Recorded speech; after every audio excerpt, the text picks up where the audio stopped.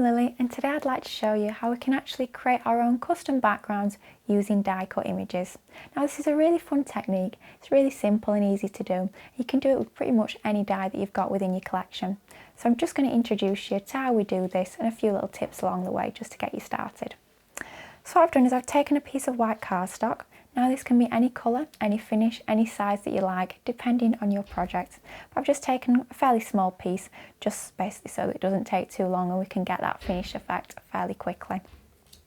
Now the die I've chosen to use for this particular technique today is from the Afternoon Tea collection by Tattered Lace. Now this is the Lacy Doily die set. I've actually chosen the smallest die within the set. And by cutting this multiple times and gluing it over a sheet of cardstock, we can build up a really interesting background that's completely custom and personalised to us. Now what I've done is I've taken some dark pink cardstock and some purple cardstock as well, and I've cut 3 of the designs in the pink and 3 of the designs in the purple. Now of course, depending on the size of the cardstock that you're using, depending on the size of your project, depends how many of these doilies you'd like to cut out. Of course, you could be mixing different dyes. You don't have to use just the one type of dye on your backgrounds. You could be using other dyes within that set or within any set at all, just for a little bit of variety. I've chosen 2 colours. You could use 3, you could use 1, any number at all. It's completely up to you. Now, I'm going to start by gluing these dyes down. Now I'm choosing to use one of my glue applicators and just my everyday glue from Kit and Caboodle. It's just a regular white glue. I know that it's going to stick the images nicely, but by using the glue applicator we're able to get that precision amount of glue onto our die cuts, as they are quite intricate, as we do expect from Tattered Lace.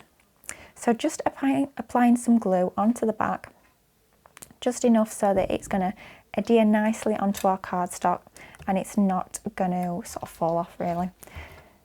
So I'm alternating between the 2 colours. If you want to do it in more of a random pattern, that works really nicely as well. I find it a little bit difficult to be completely random. I do sort of like a bit of order and structure to my designs, but it's completely up to you. Whatever you prefer, whatever you're most comfortable with, it will work lovely for this technique. So just gluing down like so. As you can see, I'm actually extending the design over the edges of the cardstock. Once I've finished gluing these images down, what I will do is trim the edges just to get that crisp, clean finish. And what you find by actually extending the design over the edges of the cardstock, you get more of sort of a random and sort of a feel like it's meant to be, like it is a proper pattern paper. You get that design that looks a lot more authentic. And I just find the finish is a lot better. Of course, you don't have to do that if you don't want to. The choice is completely up to you. I just find it looks a little bit more finished. And once you've trimmed the edges, it looks even more finished. However, if you do want to extend the design over the edges of the cardstock and not trim it off, that is perfectly fine too. It'll just give you a different effect, which is really exciting. So applying the glue onto this die cut. If I had more time, I would perhaps add a little bit more adhesive, but this will be sufficient just to show you the technique that we are doing today by creating our own background. So as you can see, we've got that design on there. Then just reverse the piece of cardstock and just trim off the edges like so.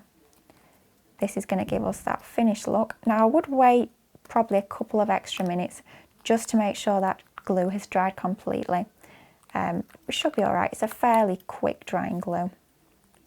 And just trimming off the edges. By doing this from the reverse, it just allows you to see a little bit easier exactly where we need to trim.